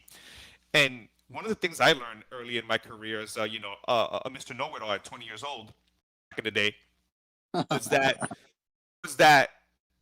I had, the CEO of my company, great person. And he said to me, I forgot what I said, specifically said, but he's like, that's the wrong wording. Because you're giving me the messaging that you're not going to fix my thing, or you're giving me the impression. And words are important. And when I look at the Xbox One and I reflect after looking at that video, after looking at the documentary, is that there were some great ideas and things that you technically are currently in the Xbox Series consoles, right? Yeah. It was just the way that it was presented. And one of the things that I think that Microsoft does great when it comes to Surface, and even now with the Xbox, is that you always want to give your consumers and your fan base choice, value, and service. And I think that's what Phil did. He took the idea that was already there, and he brought also some different type of perspective and culture, and did it the right way. Are you talking about Maximus Filius Aurelius Spencer? Yeah. Oh, yes. Yeah. Phil Yep. Dominus Maximus chosen Aurelius one. Spencer. Who I'm gonna say right now, I met Phil twice in my life, right? And I hate you. he is who he is. He's a down to earth person. We actually presented him at the Microsoft store in Fifth Avenue, the Game Pass World Champion belt that my friend Albert, who does the podcast with me, he's the host of the Nickel Gaming Show, created this cool Game Pass wrestling belt. And I have a picture where we gave it to him on E3 of 2019, before E3 2019. And then fast forward to recently when I met him at the Game Awards again. And it was just, again, Phil is a very down to earth person. And I just overall, what we've seen right now at Xbox is the reason I fell in love with the platform. I love every other platform. I love my PlayStation. I love my Switch. But I mainly game on Xbox because I've made friends. I mean, a lot of the people that I love talk to Phil. right now, I love Phil. Sorry. I mean, Sarah Bond's amazing. I got, Sarah Bond, Major Nelson. But besides those, I want there's a lot of people that are not in the forefront and in the spotlight, that work behind the scenes that do great things. One of the things I know, Risky, you've been very vocal about, what you want in Halo as someone who's passionate. And I've been telling everyone, there's a way to give feedback and continue to give that feedback, because 343 is listening and they want to make sure that everyone experiences Halo in that way. Well, not all of them, because posthumous 343 blocked me for I think the words I used were "this is unacceptable," and he did not like. But here's the thing. I don't think Such that's foul official language. I don't think that's 343 you followed. I think that's like a person who made. And when I was looking at it, I good thing you brought that up. I was like, I was gonna DM you and say, hey, I think this is who you want to DM, not this, because I know who you're No, talking yeah, about. no, I know, and someone pulled me up on that, and I was like, "Oh shit, everyone's seen this," and I'm just gonna slink away, and no one's gonna notice. But obviously, everyone does. But actually, Posthumous, Posthumous, 343 Posthumous, he's a dev at the thing. I might have got a little bit hated. I didn't like the way they released Halo. I thought it was very poor, and I blamed. Oh God, I've lost the name. You've said Sarah Bond, and now it's stuck in my head, but that's not who. Bonnie it Ross. is. Bonnie Ross. Bonnie Ross. Yeah. I mean, I'm gonna say this. Everyone here. Hang on. right, Have you is- met Bonnie Ross? Do you guys hang out in jacuzzis and drink beers and stuff? You're gonna like. No. I met Kiki Wolfkill. I got the coolest name in the world that I wish I had, but now that I'm on Xbox and I've had the opportunity to kind of dip my toes and kind of see how things work a little bit more, bringing out a game is not easy. I'm not a game dev here, and I'm not going to sit here and say, oh, it's hard, but I've never done it. But it's hard, and especially when you're running a service game. And to kind of give a little bit more context to what I do is that my team and we work in making sure that everything's up for customers. Services, support, and it's not easy. And sometimes not everyone's going to be happy, but we're trying our best always to make sure that every gamer is taken care of. So, not only helping one, but helping millions of people. And the Xbox One, to me, it was, we saw what happened with the PS3 with the bad messaging, but the PS3 has some amazing games towards the end. I love Resistance. I love, Infamous. I have a tattoo of Cole on the side of my, huge tattoo because I'm a huge Infamous fan. But the Xbox One does the company know that you have that tattoo? Of course. Yeah. I mean, we're all gamers at the end of the day. Have they asked you to remove it? No, I'm gonna blow people's minds. So, at the Game Awards in LA, I met people from all over the gaming industry, from all three platforms, and at the end of the day, it's all about games and overall, kind of celebrating one another for the great things that they bring to all the platforms, regardless of what you like. And I wish that more people just focus on the games, similar to like we focus on when we talk about movies. We don't say, oh, well, Netflix is the best. No, we just say, hey, man, go watch this movie. So, definitely, like I said. Oh, man, Prime is way better than Netflix. Jeez, I don't know. Oh, hell no. Oh, risk it. Don't even start. Don't even start. Don't you dare start. We all know. You know what? But You want he's something? not wrong. I want you to name 10 good shows on Amazon right now. They're all the marvelous Mrs. Mavel. That was a trick question. Well, I'm just glad that the tattoo didn't get you in trouble. I got my Jim Ryan ass tat, so I'd like to think the same courtesy would be extended to me. Yeah, did you you have get him that? with the yacht? With the yacht? You have him with the yacht? Oh, Or not yeah. the yacht? Absolutely, and with the extra long nose too. You got to get all the way around the thigh. I paid extra for it. Where did you put the nose? Don't tell me. Oh, I No, got his please don't I make got me his describe it. nostrils. After I lengthened, I got his nostrils about a quarter inch from my left ball. So you can always smell them. Welcome to the podcast, Rose. But we got to move on. That was some awesome takes, man. I really appreciate you coming on the show, Joe, and sharing that, and Rose as well. And obviously, shits and gigs. Sony. We're gonna have to move on to Sony now. Now, look, I really wish Gaming Since Ness was here because this would have been a great topic. He'd love this. We could have gone on for hours. Sony has copyrighted the multiplayer facets of Death Stranding, and in my opinion, it's shame. It's terrible because that is the only good part of that game. Everything else in that game is a UPS simulator. You're basically delivering packages. I don't get it. Hey, I love Death Stranding. I'm gonna keep it there. Oh, good. I'm glad. I'll accept your slander though. It only takes 5 hours to get into it, so I've been told. And apparently, it's not supposed to be fun. So, yeah, it's not about I'll fun. let you gentlemen talk, but I'll tell you why I like later on why I like Death Stranding. It's not about fun. Gaming is not about fun, is what we got told. Right. Yeah. Right, but the fact that you can, this is the thing that I liked about it. You can permanently affect the environment.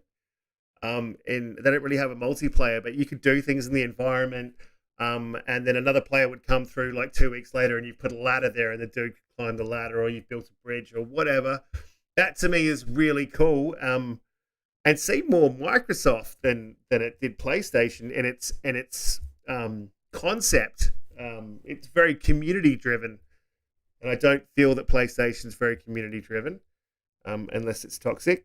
And I'm going to have to scrub that from the final cut.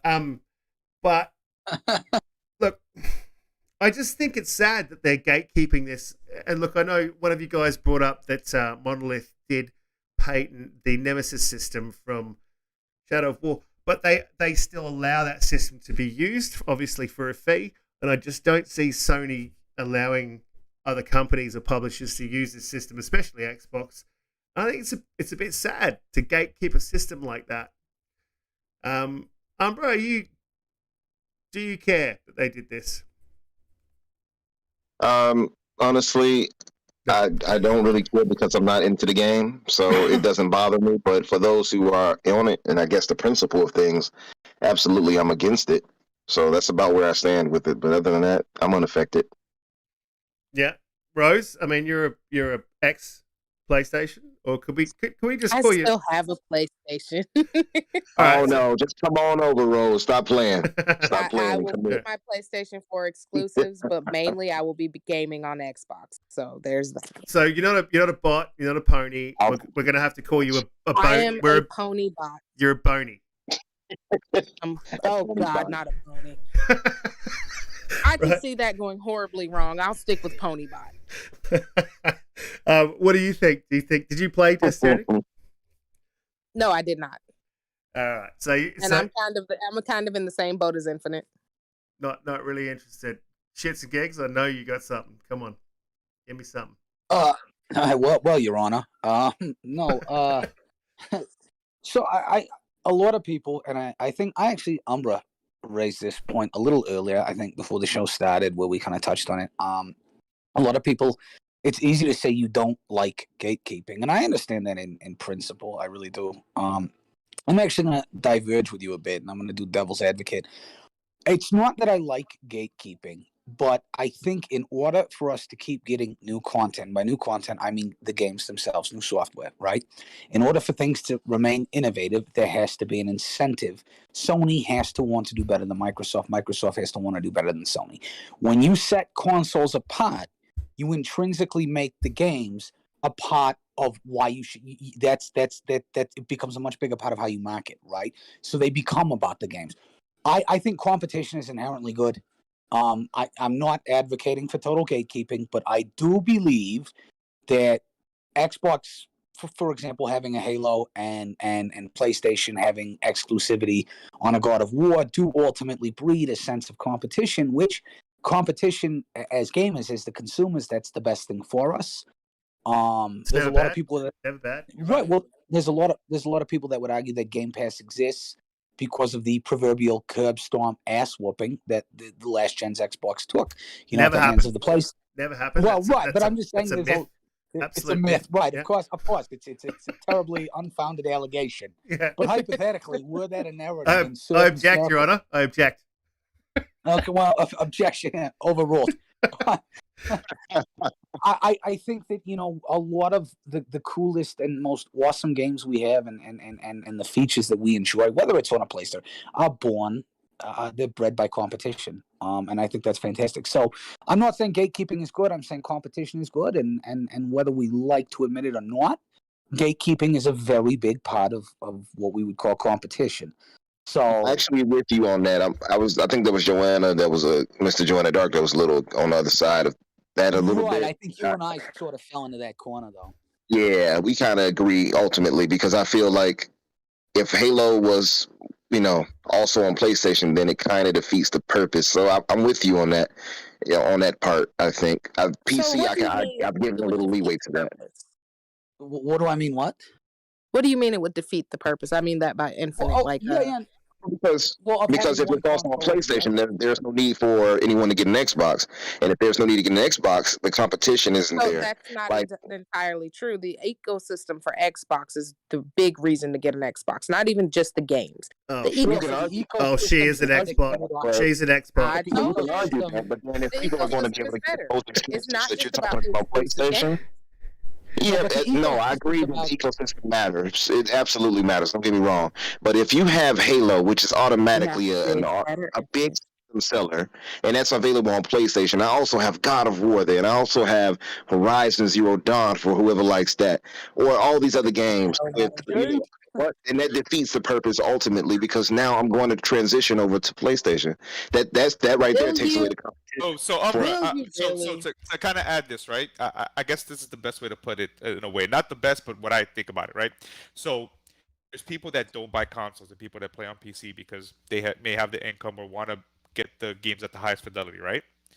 And to me, for instance, now that PlayStation eventually is going to come to PC, I just want to consolidate the ecosystem that I have, right? I mostly play on Xbox, but I still want to enjoy Sony games. And how I want to enjoy them? I want to enjoy them on my beefy PC because I want to get the best version of God of War, Last of Us, or whatever comes out. But that doesn't necessarily mean that it defeats the purpose of not owning a PlayStation, because somebody else may not want to, do TurboTax or like update drivers on a PC that may not be as, or maybe want to drop X amount of money on a PC. So I don't think it devalues the console, because there's going to be people Yeah, that but that's a want different argument, simplicity. though, Mr. Lionheart. That's a different argument, because you're talking about a PC which is open.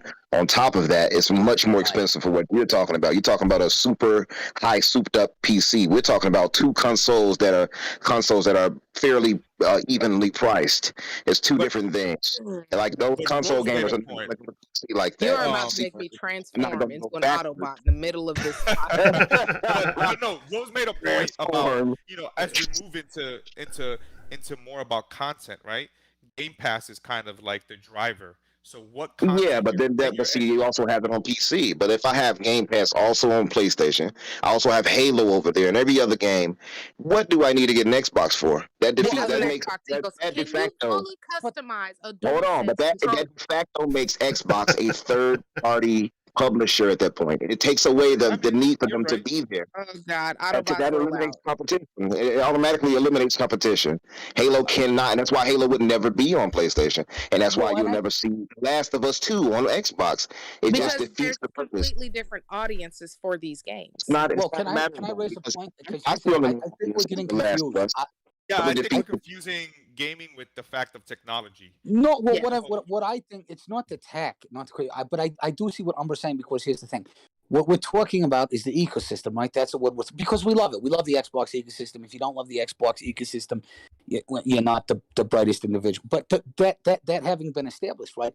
When we talk about the Xbox ecosystem, saliently speaking, we're referring to Game Pass. Would we agree with that? Game Pass is the nexus of the ecosystem, correct? right. Mhm. I agree.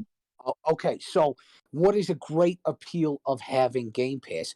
You get Xbox exclusive games day and date. So when exclusivity is a part of Game Pass, exclusivity is a part of the ecosystem. So the idea, I think, that we would all be sort of plastic box neutral or agnostic, or we would all come together in this homogenous cube, whatever it happened to be. I think Umbra's got a point, because exclusivity, whether we like to admit it or not, in the Twitter spaces and all that, differentiates the boxes from each other and Right. brings people to their Right. ecosystem. But what we're talking about here, when we talk about Death We're talking Stranding, about the tech, when not we the talk game. about Death Stranding, we're talking about them copywriting an idea that you put into a game, not actually an IP. They're not copywriting an IP; they're copywriting an idea that you could use in a game. right, a system, a How mechanic. many games have been made that are good but they're not great, and then someone has iterated on that idea and made a great game? That's kind But I of ultimately have no problem with that. Ultimately, I think that when you look at how successful that is, and if Sony gets it, then there's going to be some heads in a Microsoft boardroom or in a hall of engineers that are going to be determined to do something better. I think it's always bad in the immediate, because obviously, if you only have, you're locked out of that, and it looks bleak. But I think ultimately that in and of itself, you're going to want to do better. I'm okay with it. Grum in the chat says, on the plus side, blowing on your DualSense is a good way to know if you might have COVID. Does that actually work? Is that actually can you use that as a test or survivor. COVID confirmation on the PS5? I mean, when I try to get someone to tell me, why should I go from my PlayStation 4 Pro, which sounds like a goddamn jetpack, to the PlayStation 5, you know what they do? They start throwing haptic feedback at me like grenades. I don't want to hear about the damn haptic feedback. Why should I upgrade this system? There is no real answer other than because you want to. That's good because you're enough. software oriented, right? Yeah, Good look, point. I asked Brian in our chat the other day, this space. I asked him the exact same question. I said, if these games are all cross-gen as well, then what incentive do I have to get the PS5 right now? And you He had no fully answer. customize a PlayStation 5 hang on, DualSense but hang on. controller. You can get the answer Miles. is You can get the Miles Morales DLC for like $120, man. That's Great deal. Oh, That's a good reason to Great get. deal. oh, that's a deal. Well, they knocked 3.6% Wow. off the $300 side plates too. So when you package them together, it's nice. Oh well, yeah. you know, I've got That's my out of first control. one here. I guess I could just go ahead and send him down the river then. Look, I haven't turned my PlayStation on, and I don't know how long it's gathering dust. But yeah. Look, the thing that bothers me about PlayStation the most is that haptic feedback's great. I like it. I do like it. It's good, but I got to pay for it fucking twice. I bought the console. And I paid for haptic feedback and all the hardware that gives me the best graphics. And now you're going to sell me a game where I'm going to pay for the fucking haptic feedback and the graphics again every time I buy a game. I don't understand. For $49.99, you can get 11 more pixels. Oh my god! So I feel like it's important we remember these things. I mean, look at the door that has been left open here for casual gamers, as I do consider myself a casual gamer. Going from the PlayStation 4 Pro to the Xbox Series S or X, it's become easier for people because now we know the accessibility of xCloud and Game Pass, and we know if we get this system, we will always have games to play, and we will love the ecosystem. So the door has been left wide open by Sony for people to start migrating, and I think maybe we'll see a migration back once we see like a PlayStation 4 Pro Plus period 0.2 whatever, but I just don't see the point in moving over to the PlayStation 5 right now because there's not enough exclusives for me.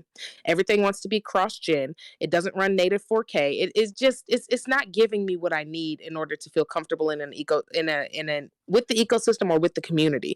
It's just not enough. Well, you and I I are agree. both migrants, right? Like you and I are both migrants. We came from last gen, at least, right? Being PlayStation gamers for the most part. And then we've come over. Well, we love PlayStation. Well, I will like always love PlayStation, but they need to step it the fuck up. Right. But you and I are both migrants in that sense. So I think I understand what you're saying.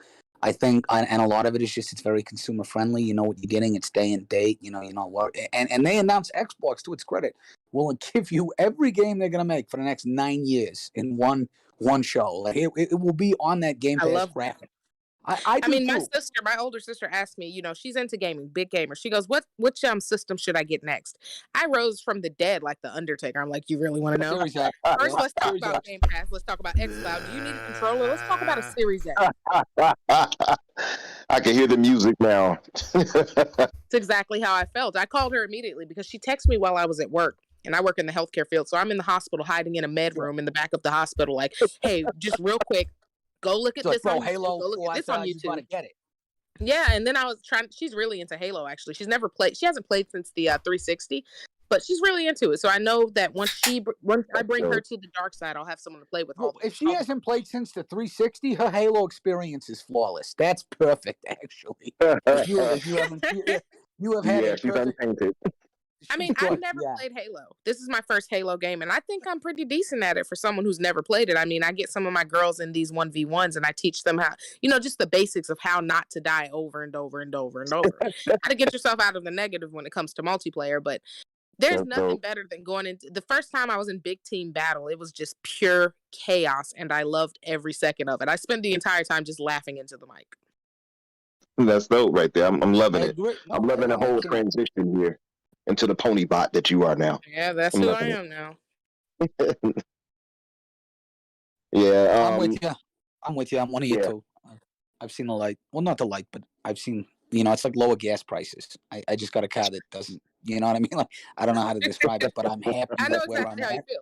I know it's hard in America to say anything about low gas prices right now to begin with. So that's weird. But like just in terms of understanding the situation, I understand fully where you are coming from. Because, like you said, one of your big things was exclusives. I loved Sony. I mean, I never hated Xbox, but I love PlayStation because I thought they had the titles that I enjoyed the most that were exclusive to PlayStation. There was a sense of comfort in having a PlayStation. Just knowing you had a PlayStation, you knew you were going to get great exclusive games. And now you got Godfall. So it's definitely there's been a sort of shift, and the difference is not only now do you have Godfall, you have Godfall at an ungodly price, and I think that's I think it's a matter of time before people are just naturally pushed toward. Nobody wants to pay more for what is arguably a subpar experience. I mean, you're know right. what's crazy? How comforting is it to know that I can pay for my Game Pass subscription and I can pay for my Wi-Fi, and no matter what, I'll have a game. But I have you're right. something But to you do. have a kid. Christmas is coming up. You know, if you had PlayStation, your kid wants Yeah. the shooting game, but then he wants the racing game and the platformer. Now you're like, just go Yeah, on. see, my son likes to switch between games like it's nothing. So putting him on Game Pass and walking away, he can do that over and over. And Right, nobody it's every cares. birthday Cloud gift game. till he's 18. You're solid. You're good. You know. So I wonder if that's a key thing, because I don't know how people switch that often like that. Like, I love quick resume, but man, I cannot switch from game to game like that. I wonder if Well, it's it's just me. nice knowing that you have it, because when you're on there, you're into this game. Like, say you're playing the Gunk and then one of your friends hits you up, like jump in Halo real quick. It's just Right. nice knowing it's there. Absolutely, I agree there 100%. That I've happens done too that. frequently. Like, I'm playing a Dying Light with Lyric actually, and Oh, I'm playing. nice. Or I'm gonna start It Takes Two with Doc, and it's nice to know that if we're doing that and he needs to go do something, I just jump right back into Halo. That is pretty dope, and I'm going to actually start It Takes Two with Sanctus myself. So that's pretty amazing. I'm glad y'all going to play through it. I want to get your thoughts on that when you get through it or get through Oh yeah, enough we'll of it. give you our thoughts. I hope it's great. Yeah, so you're gonna love it. From what I played a good amount of it with some family, so it was kind of odd playing with my nephew of all people. But yeah, so That, but yeah, so I definitely want to see how it is with my girl. So I hope you guys love it.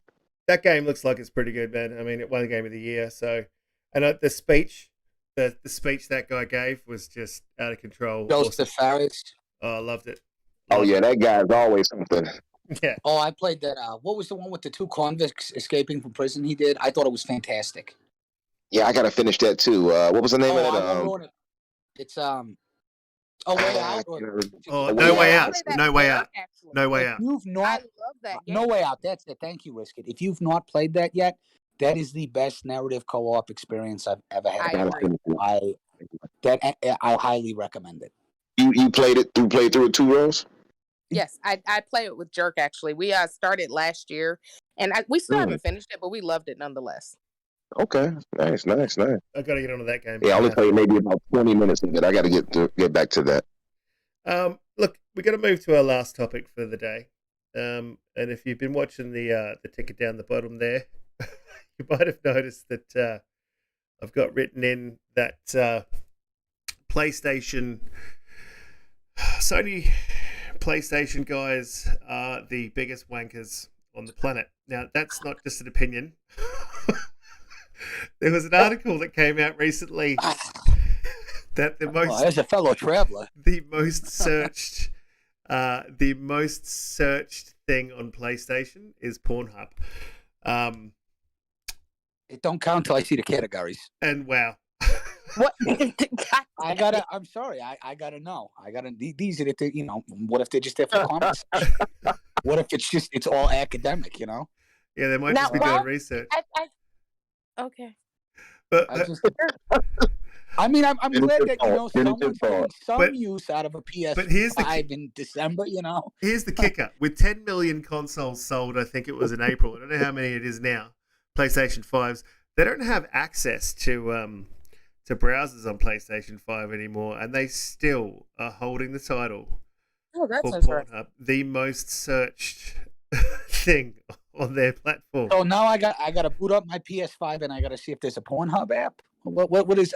Oh God! Why would you go looking for it? Do tell.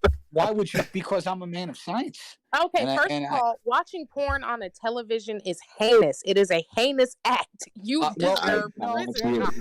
That is not true. I'm Okay, not- I will be Use honest your with you. phone like a normal person. If you are Right, the blowing up phone is porn, easier. The to phone is easier because you can 4K. lay on your back. You get the right angle. All your stuff's okay, prepared. but The putting difference it with in the TV, though, do maybe you I need want. to see that in 4K? Yeah. What if I want to see a 4K areola? Like Hey, Rick, you notice that's the crazy anatomy. You're a former goddamn PlayStation deviant. folks going at it over this. You notice that, right? I feel like this is a very this is a very socially You class need to conscious repent. topic. You need to repent. Stop doing that. She says that because she's also Catholic. She knows it hits right in the feels. Good. I hope it does. You can't hit me in the fields. That's why I go on PlayStation. Oh, I'm glad you have thick skin. No, Oh, well, my you God. know, average skin, to be perfectly honest. Thick skin and no games to play. Are you playing Ghost of Tsushima again? Well, we've already established my skin's a little burnt, but in terms Oh God, not this again. of gameplay, We no, talking I about think the it's- I banana think skin, it's or are we talking interesting. about the banana Not skin? the Yeah, banana I- field, We're please. not- I we're not- deny that, Your Honor. Point being is that I think it's interesting, no, because like we can laugh Look, about it in because it's fairness, objectively. you are an ex PlayStation player, so I have to Bro, it's defer to true. you. I have to defer to I your know, yeah. expertise. I am both. I am both a PlayStation player as well as what the medical experts would often refer to as a chronic masturbator. So I feel like I'm uniquely equipped to, He really to does render some. blow it I up really on the do. big screen. I I am You know, but horrified. the only difference is, you want to be more than 2 feet from the screen when otherwise. Anyhow, point being is that I think it's interesting because we can laugh about Fun it. Because speculation. now all you could. Fun all you can think Speculation's about got a now- great take on this. He said maybe that's why they removed the browser on the PS5 with the haptics and the They were blowing tired of and the blowing mechanics. Things were headed down a Look. creepy path. But the funny now- thing oh, is God. now, I just want you guys, all you're gonna think about for like the next 2 days is like King Thrash and Guapzilla just beating off in front of a 45-inch Samsung. My brain that's- just You're melted not. in my It's soul. every Thank time you you. see them on Twitter, you're now Scott, and I've done this to you. But You are a I, no, monster. I am a no, but I think it is funny because we laugh at it, but ultimately it does sort of speak to game consoles, other than being readily available masturbatoriums. I love game consoles. Fun Hey, spec. I can see those. I can see those two doing absolutely Well, what yeah, you just. probably together, judging by some of their takes. Fun Speculation's got another take. He says, "Oh no!" And the PSVR with PS Move, complete chaos. Just a bunch of naked dudes flopping Oh around. yeah, My check this out. You know what's funny? I was just talking to my man Andres yesterday because he unblocked me. He says if you stick the DualShock all the way up your asshole and you turn those haptics on, it's a brand new experience. But you got to pay. He swears You by it. but you got to pay an Xbox extra can't $10 do that. every time you do it. You got to pay Xbox can't $10. do that. I mean, why would you buy an Xbox? Clearly inferior if the console does not double as a vibrator. You know what I'm saying? With PlayStation, you're covered. Wreck them and all. This went downhill so quickly. Mr. Joanna Dark, do you have a take on this? He's like a man's asshole. I'm good. I think He's good. All right, I think we pretty much covered the subject, man. We have definitely Sour covered Blow the says perfect combo PSVR and the haptic feedback. Yeah, put on those VRs and go to town. So, I'll give you a quick caveat. I cannot speak for the PSVR. However, as of about 2.5 weeks ago, can totally speak for the porn viewing experience on the Oculus Rift 2. And no, this is true. No, it's not what you think. It's not what you think. I'll run you. There were some technical, graphical fidelity issues, right? So, my friend gets this Oculus, and I'm like, bro, I gotta watch porn on your Oculus. He's like, all right, cool. So I put it on, right? And I think to myself, what is the best way to view a VR porn experience? So I go right to the POV category, right? No, you don't. You don't. Hang on. This. The problem is this, right? It's other than that, right? It's great. It's great. You look around, it feels like you're actually banging it. The problem is you look down, and I did because obviously I'm a little guy. The dick didn't render.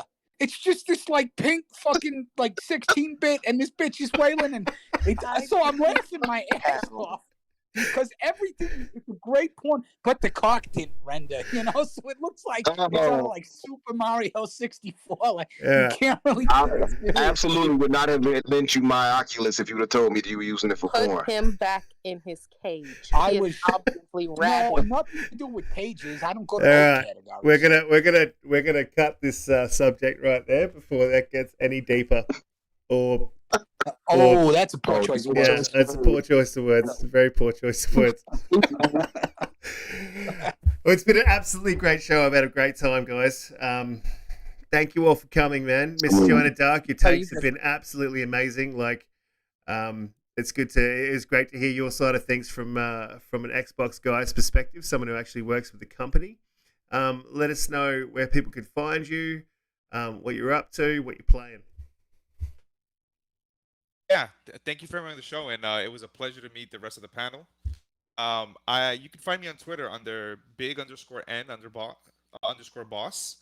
and I'm also on the Nickel Gaming Show with 2 other colleagues of mine. where we just kind of talk Xbox and kind of just celebrate the the ecosystem and overall why it's great for the players. And then starting in 2022, I'm part of Xbox International with Crazy Lou, Sour Blow, and Brian Hopkins. We're going to be doing that as well, so I'll be on that podcast. We're actually doing a pilot next week that we're still working on. Oh, fantastic, man! Where do I go? And then tell me where I need to be. Once we get it, I'm pretty sure Crazy Lou will do one of his crazy videos in the shower and probably let everyone know. Hopefully, people still want to tune in. Interesting. But what I'm playing right now, I'm gonna probably get through the Gunk and start my second playthrough of Halo, and then while I'm doing my second playthrough of Halo, I'm probably gonna start Tales of Arise, which I've been dying to play. Awesome. Don't search up any porn on the Xbox. We don't need that bad reps.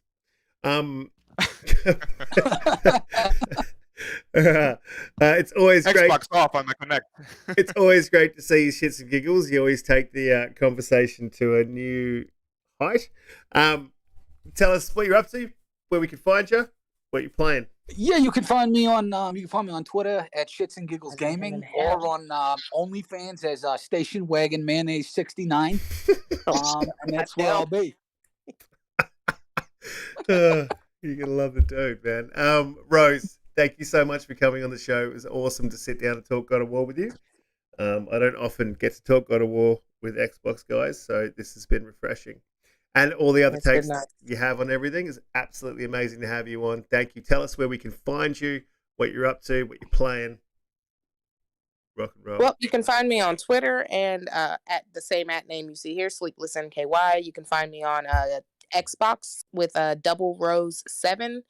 And I'm playing right now the Gunk with my son. I'm going to put him in bed and probably get back on Halo like the disgusting animal I am. It's been great to talk with you guys. You guys are amazing. Thanks. Thank you for coming on the show. Umbra, as always, man, it's great having you here. You're a pillar, a rock. Tell us where we can find you, what you're up to, what you're playing. And when are you going to be auditioning for Sam Fisher? I got to get on that. I'm definitely, let me get my voice down. Lambert. Okay, I'm working on it. I'm still getting my Master Chief voice, right? This is Sierra 117. So I'm still working on it. But, I want to thank all three of you guys for coming through, Mr. Joanna Dark Rose. It's nothing but love. And shits and giggles, you the man. Your voice always cracks me up. I love hearing it. Bostonian / it sounds like Irish voice to me, some type of Irish or something. What exactly are you? Crab chowder? Some crab chowder? Well, I think you can ask Brisket. I think I've ended every single stream in one way or another talking about someone's balls. So this is kind of a Satan theme. himself sounds just like him. I hope you guys know this. Hey, you want to sell me your I soul? wouldn't be surprised. But I want to thank you guys for coming through. This was a great episode. You all made it really great. Loved all your takes and, just the humor that you all bring to things. And so grateful to have you all in the community now. You guys can find me on Twitter under EternalUmbra or Umber Infinite, I guess, if you go by the actual search. But you can find me typically in spaces. Not so much lately because I'm currently enjoying my game of the year, Halo Infinite, right now. Like Rose said, I feel like a crack addict because I got to get back to it. I'm playing the Gunk at this moment, but I'm about to turn that off after I get past this next part and get right back to it and finish up. I'm at 98% complete, literally at the end. Just defeated a major boss, so I'm there and just loving it. I think it should have been Game of the Year nominated at least. But anyway, you can also find me. Yep. You can also find me on Xbox under Superhavoc. If you guys are good, even keeled, decent people, hit me up. And appreciate you guys again for coming through. And Brisket, it's all love, brother. Thank you for, bringing me in and making me a part of this podcast here. Oh, man. It's great to have you. And it's great to have everyone that came through in the chat. You guys have been absolutely awesome. It's been a great laugh. I like to have a laugh. Part of my personality. It's part of being an Aussie. Crack a beer, have a chat, have a laugh. And we've had that tonight. So thanks for everyone coming through, man. I appreciate all of you in the chat. And I appreciate you, Rose, Giggles, always. And Dark. You guys are amazing. And we'll see you next time. Oh, something I need to add. We're shutting down the podcast for the next 2 weeks. they would fall on Christmas Eve and New Year's Eve. And there's definitely going to be some beers drunk on those days. So you don't want to see me here. And everyone wants to spend some time with their family. So thank you all for coming through. Thank you all for coming through in the chat. And Sour, excuse me, make sure I get the name right. Sour Blow Gaming, thank you for giving away those codes throughout the chat here. Yeah, you're the man, man. Much appreciated, Sour Blow. I see you around. We'll come chat with you soon. Awesome. Thanks, guys. We will catch you later. Oh, Gene, you're a bit late. See you later, guys. Take care. Merry Christmas to all of you. Merry Christmas. Holidays. Happy holidays. Oh,